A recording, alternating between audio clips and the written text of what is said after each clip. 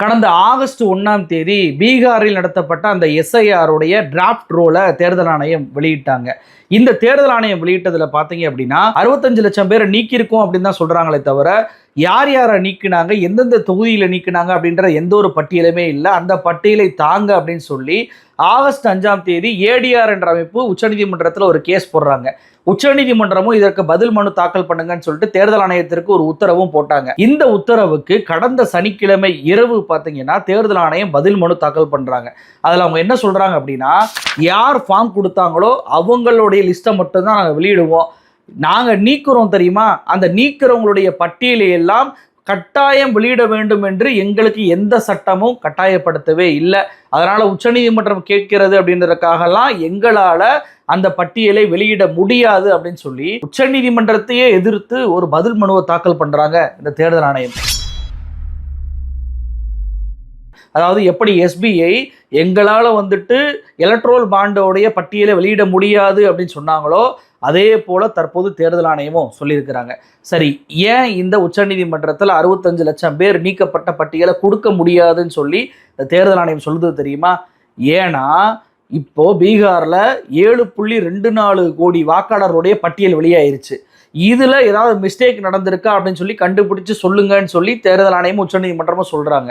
அப்போ 7.24 கோடி பேரை ஆய்வு பண்ணி அந்த பட்டியலை கண்டுபிடிப்பதை விட 65 லட்சம் பேர் நீக்கியிருக்கிறாங்கல்ல, அந்த பட்டியல் கிடைச்சிச்சு அப்படின்னா சுலபமாக கண்டுபிடிச்சிடலாம். அப்ப சுலபமாக கண்டுபிடிக்க கூடாது என்பதற்காக தான் இந்த தேர்தல் ஆணையம் தற்போது 65 லட்சம் பேர் பட்டியலை நாங்க கொடுக்க முடியாதுன்னு சொல்லி உச்சநீதிமன்றத்துல சொல்றாங்க. இந்த குற்றச்சாட்டை ஏன் நான் அழுத்தி வைக்கிறேன் அப்படின்னா, ஆகஸ்ட் 1ஆம் தேதி வெளியிடப்பட்ட அந்த டிராஃப்ட் ரோல் இருக்கு தெரியுமா, அது டிஜிட்டல் ஃபார்மேட்ல வெளியாச்சு.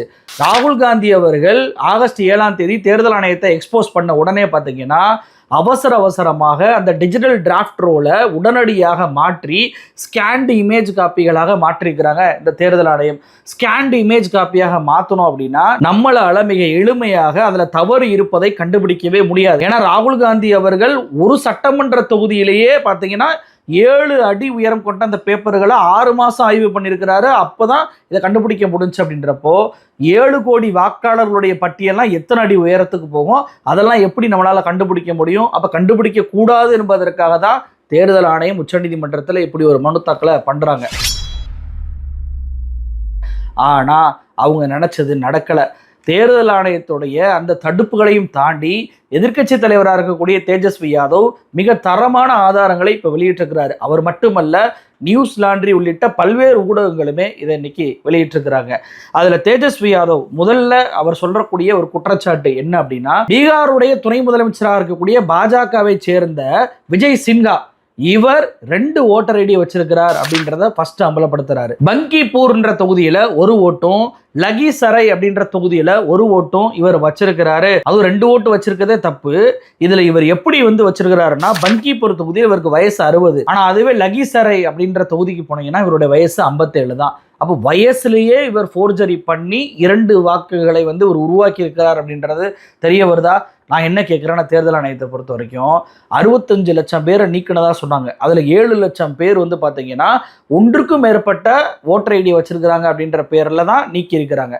அந்த 7 லட்சம் பேர்ல எதற்காக விஜய் சின்ஹாவை நீங்க நீக்கல? விஜய் சின்ஹாவுடைய ஓட்டர் ஐடி என்பது 2 தொகுதியிலையுமே வயசு வேறுபாடோட வெளியாயிருக்கு அப்படின்றத இன்னைக்கு தேஜஸ்வி யாதவ் படம் போட்டு காட்டிட்டாரு. இப்போ நமக்கு எழக்கூடிய கேள்வி என்னன்னா, விஜய் சின்ஹா 2 ஃபார்மை தேர்தல் ஆணையத்துக்கிட்ட ஃபில் பண்ணி கொடுத்தாரா, இல்லைனா பீகாரை சேர்ந்த அந்த பத்திரிகையாளரான அஜித் அஞ்சும் இவங்க எல்லா பிஎல்ஓக்களுமே வீடுக்கு போகாம அவங்க ஆபீஸ்ல உட்காந்துக்கிட்டு இவங்களே வாக்காளருடைய கையெழுத்தை போட்டுக்கிட்டு ஃபில் பண்ணிக்கிட்டு இருக்கிறாங்க, ஆன்லைன்ல அப்லோட் பண்ணிக்கிட்டு இருக்கிறாங்க அப்படின்னு சொல்லிட்டு ஒரு வீடியோவை வெளியிட்டு இருந்தாரு. அந்த பாணியில விஜய் சின்ஹாவுடைய கையெழுத்தை, அதுவும் பாஜகவுடைய துணை முதலமைச்சர், பீகாருடைய துணை முதலமைச்சருடைய கையெழுத்தை பிஎல்ஓ அதிகாரிகளே போட்டு அவருடைய ஃபார்மை ஃபில் பண்ணியிருக்கிறாங்களா அப்படின்ற கேள்வி வருதா இல்லையா? இப்படியான குற்றச்சாட்டை தேஜஸ்வி யாதவ் வச்ச உடனேயே இந்த விஜய் சின்ஹா என்ன தெரியுமா சொல்றாரு, நான் ஏற்கனவே என்னுடைய ஒரு ஓட்டர் ஐடியை நீக்க சொல்லி நான் மனுவே கொடுத்துட்டேன், இவங்க நீக்கவே இல்லை அப்படின்னு சொல்லி இப்போ சொல்றாரு. ஏன் இது முன்னாடியே சொல்ல வேண்டியதானே? ஆகஸ்ட் 1ஆம் தேதியே டிராஃப்ட் ரோலை வெளியிட்டாங்கல்ல. ஆகஸ்ட் 1ஆம் தேதியே 2 தொகுதிகளில் உங்களுடைய பேர் இருக்கு, ஐடி இருக்கு, அதுவும் வயது மோசடியோட இருக்கு அப்படின்றது உங்களுக்கு தெரியும் தானே? ஏன் அப்பவே சொல்லல? சரியாக பீகாருடைய துணை முதலமைச்சர் இதை சொன்ன பிறகு இப்போ வந்துட்டு நான் நீக்க சொல்லியிருந்தேன் ஏன் சொல்றீங்க? அப்ப அவர் ஒருவேளை சொல்லல அப்படின்னா நீங்க 2 தொகுதியில ஓட்டு போட்டிருப்பீங்களா இல்லையா? ஒரு துணை முதலமைச்சரே 2 தொகுதியில ஓட்டு போடுவதற்கு கள்ள ஓட்டுகளை உருவாக்குறாரு அப்படின்னா எத்தனை பேர்களை இவங்க உருவாக்குவாங்க அப்படின்னு சொல்லிட்டு நினைச்சு பார்க்க முடியலங்க. அப்போ இங்க விஜய் சின்ஹா நான் வந்துட்டு என் பேரை நீக்க சொன்னேன், அவங்க நீக்கல அப்படின்னு சொல்லி வைக்க அந்த குற்றச்சாட்டு உண்மையா இருக்கும் பட்சத்துல தேர்தல் ஆணையம் இங்க அம்பலப்பட்டு போச்சு. அவரே நீக்க சொல்லியும் இவங்க நீக்கல, அதுவும் சார நடத்தியும் நீக்கல.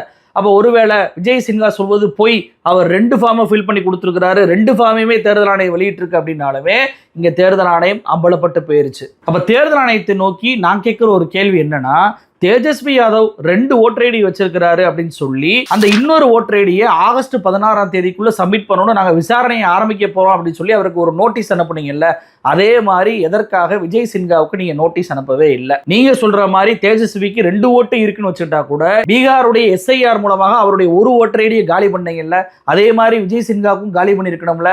ஏன் அவருக்கு மட்டும் 2 ஓட்டர் ஐடி வெளியாகுது, தேஜஸ்விக்கு மட்டும் ஏன் ஒரு ஓட்டர் ஐடி வெளியாகுது? அப்போ என்ன தெரியுது அப்படின்னா, பீகாரை சேர்ந்த துணை முதலமைச்சரான விஜய் சின்ஹாவே 2 BLOக்களிடம் 2 ஃபார்ம்களை ஃபில் பண்ணி கொடுத்திருக்கிறார். 2 ஓட்டர் ஐடியுமே SIR நடத்தியும் இந்த தேர்தல் ஆணையம் வெளியிட்டிருக்கிறாங்க அப்படின்றது அம்பலமாயிருக்கு இதுல.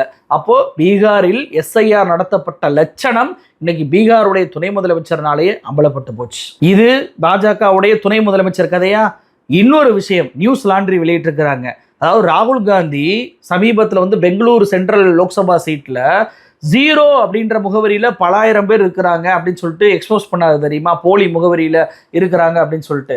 இதே மாதிரி பார்த்தீங்கன்னா பீகார்ல SIR நடத்தியும் இது வெளியாயிருக்கு அப்படின்றத நியூஸ் லாண்ட்ரி வெளியிட்டிருக்கிறாங்க.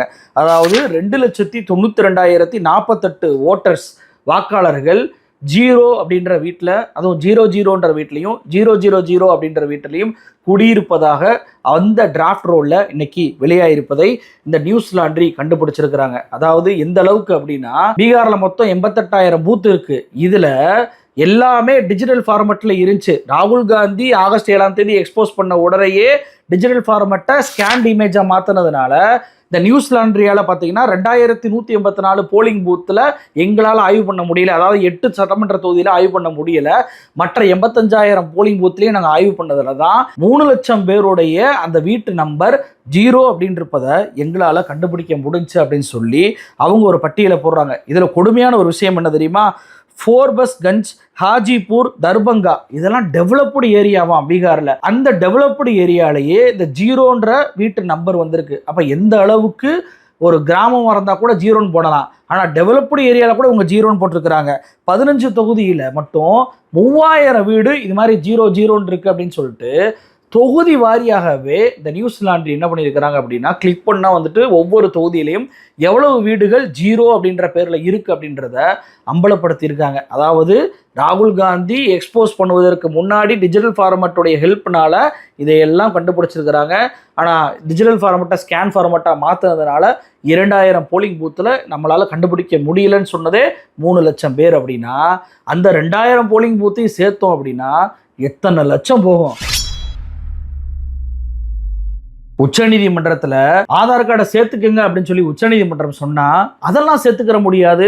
ஆதாரில் ஃபோர்ஜரி பண்ண முடியும், ஓட்டர் ஐடியில் ஃபோர்ஜரி பண்ண முடியும், ரேஷன் கார்டில் ஃபோர்ஜரி பண்ண முடியும். ஃபோர்ஜரி பண்ணுற எந்த டாக்குமெண்ட்டையும் நாங்கள் ஏற்றுக்கிற முடியாதுன்னு சொன்னீங்களே, இப்போ நீங்கள் எடுத்த SIR ஃபோர்ஜரியா இருக்கே, வீடு வீடாக போய் நாங்கள் SIR எடுக்க போகிறோம்னு சொன்னீங்களே, எல்லா வீடும் உங்களுக்கு 0 நம்பராக இருந்துச்சா?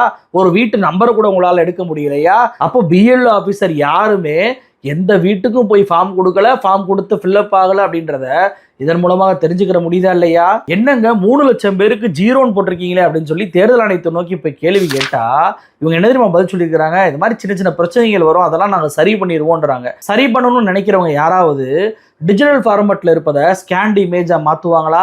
சரி பண்ணணும்னு நினைக்கிறவங்க யாராவது நான் உச்சநீதிமன்றத்தில் எந்த டாக்குமெண்ட்டை காட்ட மாட்டேன்னு சொல்லுவாங்களா? அப்போ உங்களுடைய நோக்கம் சரி பண்ணணும் இல்லை. பெங்களூரு லோக்சபா சீட்டில் எப்படி 1 லட்சம் பேரை சேர்த்து பிஜேபி வெற்றி பெற வச்சிங்களோ அதே பாணியில் அப்படியே பீகார் SIRல 0 வீட்டில் குடியிருப்பதாக காட்டி பல லட்சம் பேரை ஓட்டு போட வச்சு பீகாரில் மறுபடியும் பிஜேபி ஆட்சியை கொண்டு வருவதற்கான திட்டம் தான் இதா? அது எப்படிங்க? ராகுல் காந்தி சொன்ன அந்த பெங்களூர் லோக்சபா சீட்லயும் ஜீரோன்ற முகவரி இருக்கு, பீகார்ல எஸ்ஐஆர் நடத்தின பின்னாடி அங்கேயும் ஜீரோன்ற முகவரி இருக்கு. அப்ப ஜீரோன்ற முகவரியை ஒரு பிளானாகவே இவங்க பண்றாங்க அப்படின்றத இது மூலமா நம்மளால தெரிஞ்சுக்கிற முடியுதா? இது மட்டும் இல்லைங்க, இன்னொரு விஷயம் இருக்கு. என்ன தெரியுமா? ராகுல் காந்தி பெங்களூருடைய லோக்சபா சீட்ல ஒரே வீட்டில் 80 பேர் இருந்தாங்க அப்படின்னு சொன்னாரு. ஒரு பீர் ஃபேக்டரியில 68 வாக்காளர்களுக்காக சொன்னாங்க. போய் பார்த்தா அப்படிலாம் யாரும் இல்லைன்னு சொல்லி இந்தியா டுடேவும் அமலப்படுத்தி விட்டுச்சுல. அதே மாதிரி பீகார்ல எஸ்ஐஆருக்கு பின்பு பார்த்தீங்கன்னா ஒரே வீட்டில் 230 பேர் இருக்கிறாங்களாம். எங்க தெரியுமா? பீகார்ல ஜமுய் அப்படின்ற மாவட்டத்தில் சவுதியா அப்படின்ற பஞ்சாயத்தில் தான் அது நடந்திருக்கு. சவுதியா பஞ்சாயத்துக்கு உட்பட்ட ஆமீன் அப்படின்ற கிராமத்தில் மக்கள் எல்லோருக்குமே 230 பேருக்கு வீட்டு நம்பர் என்ன தெரியுமா? 3ஆம் நம்பர் வீடு. வார்டு நம்பர் என்ன தெரியுமா? 3. அப்போ எல்லா மக்களுமே தனித்தனி வீட்டில் இருக்கிறாங்க. ஆனால் எங்களை எல்லாரையும் சேர்த்து ஒரே வீட்டில் வசிப்பதாக இவங்க காட்டியிருக்கிறாங்க அப்படின்னு சொல்லிட்டு அந்த பஞ்சாயத்து மக்கள் குற்றஞ்சாட்டுவதை தற்போது பார்க்க முடியுது. நான் கேட்பது ஒரே ஒரு கேள்விதான். வாக்காளர் பட்டியலில் இருக்கக்கூடிய பிரச்சனைகள், போலி வாக்காளர்கள், அதே போல ஒன்றுக்கு மேற்பட்ட முறையில் இருக்கக்கூடிய வாக்காளர்கள், போலி முகவரியில் இருக்கிறவங்க, தப்பா ஓட்டர் ஐடியை வாங்கினவங்க, இதையெல்லாம் கண்டுபிடிச்சு நீக்கணும் அப்படின்றதான எஸ்ஐஆர். ஆனால் எஸ்ஐஆர் நடத்தியும் கூட பிஜேபியோடைய துணை முதலமைச்சருக்கு 2 ஓட்டர் ஐடி வருது. ஒரே வீட்டில், அதாவது 0 அப்படின்ற வீட்டில் பார்த்தீங்க அப்படின்னா 3 லட்சம் பேர் இருக்கிறாங்க. அதே மாதிரி பார்த்தீங்கன்னா ஒரே வீட்டிலேயே 230 பேர் இருப்பதாக காட்டப்படுது. அப்போ இங்கே எஸ்ஐஆர் நடத்துறது என்ன பிரயோஜனம்? எஸ்ஐஆருடைய நோக்கத்தை சிதைச்சு வச்சிருக்கீங்களே. ஒரு எஸ்ஐஆரை கூட ஒரு ஒழுங்காக செய்யாம திட்டமிட்டு பிஜேபி நிதிஷ்குமார் கூட்டணி அங்கே வெற்றி பெற வேண்டும் என்பதற்காகவே பல்வேறு ஓட் ஜோரிக்களை இவங்க பண்ணியிருக்கிறாங்க அப்படின்றத நம்மளால தெரிஞ்சுக்கிற முடியுதா இல்லையா? இந்த பட்டியலே நம்மளுக்கு உணர்த்துதா இல்லையா? அதுவும் டிஜிட்டல் ஃபார்மட்டா இல்லாம இவங்க ஸ்கேன் இமேஜா மாத்தினதுனால தான் இன்னும் நிறைய கண்டுபிடிக்க முடியல. இல்லைனா இன்னும் அதிகமான விஷயங்களை நம்ம கண்டுபிடிச்சிருக்கலாம். இப்போ புரியுதா ஏன் உச்ச நீதிமன்றத்தில் நாங்கள் 65 லட்சம் பேரை நீக்கின அந்த பட்டியலை காட்ட முடியாதுன்னு சொல்லி இவங்க ஒரு மனுவை தாக்கல் பண்ணாங்கன்னு? இதை இப்படியே விட முடியாது. உச்ச நீதிமன்றத்தில் நீதிபதி என்ன சொன்னாரு? ஒரு 15 பேர் இறந்தவங்களை உயிரோட இருப்பதாக காட்டியிருக்கிறாங்க, இல்லை உயிரோட இருப்பவர்களை இறந்தவர்களாக காட்டியிருக்காங்கன்னு சொல்லி கொண்டு வாங்க. இமிடியேட்டா உடனடி உச்சநீதிமன்றம் தலையிட்டு இதை நிறுத்தி வைக்கிறோம், பீகாருடைய எஸ்ஐஆரை உடனடியாக நிறுத்துறோம், வெறும் டிராஃப்ட் ரூல் தானே வெளியே இருக்கு அப்படின்னு சொல்லி நீதிபதி சொன்னார்ல. அந்த நீதிபதி சொன்னதற்காக இந்த பீகார் எஸ்ஐஆருக்கு பின்பு இறந்தவர்களை எல்லாம் எப்படி இவங்க உயிரோட மாத்திருக்கிறாங்க, உயிரோட இறந்தவர்களை ஃபுல்லாக எப்படி இறந்தவங்களா மாத்துறாங்கன்ற பட்டியலை பாகம் 2 பார்ட் 2ல நம்ம விரிவாக பார்க்கலாம். நன்றி.